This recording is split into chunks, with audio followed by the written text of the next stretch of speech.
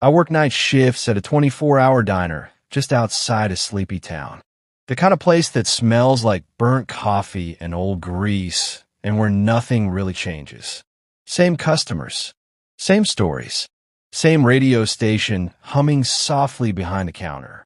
It was 2:17 a.m. when the man came in. I remember the exact time because I had just checked the clock and was counting down the minutes until my break.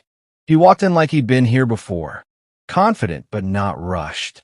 He wore a worn leather jacket and jeans, and his face looked familiar in that strange, uncomfortable way, like a dream you can't place. He sat at the counter and asked for a black coffee. As I poured it, he watched me too closely. His eyes never left mine. I placed the cup in front of him, trying to be polite but brief. "You work here every night?" he asked. "Most nights," I said. He sipped the coffee and gave a tight smile. "You ever been to Montana?" "Nope." He nodded like that confirmed something for him. "I thought so," he muttered.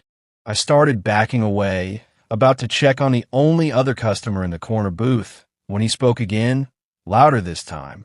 "It's weird, seeing your face on a missing person poster halfway across the country." I stopped. "What?" He smiled wider now. "You heard me. I thought he was messing with me, maybe confusing me with someone else. People say strange things at 2 a.m., but his tone was flat. Serious. "You look just like her," he said. Same jawline, same eyes, same nervous look. He reached into his jacket pocket. My stomach dropped. I expected a gun, a knife, anything, but he pulled out a folded paper, set it on the counter, and slid it toward me. It was a flyer, the kind you'd see pinned to gas station corkboards or stapled to telephone poles. At the top, in bold black letters, "Missing Alyssa Grant, last seen July 12th. And below that, staring back at me, was my face. It was me, maybe a little younger. My hair was shorter, different shirt, but it was me. I stepped back from the counter, heart hammering. "Where did you get this?" I asked. "Northwestern Montana," he said. 2 weeks ago." "That's not possible," I said.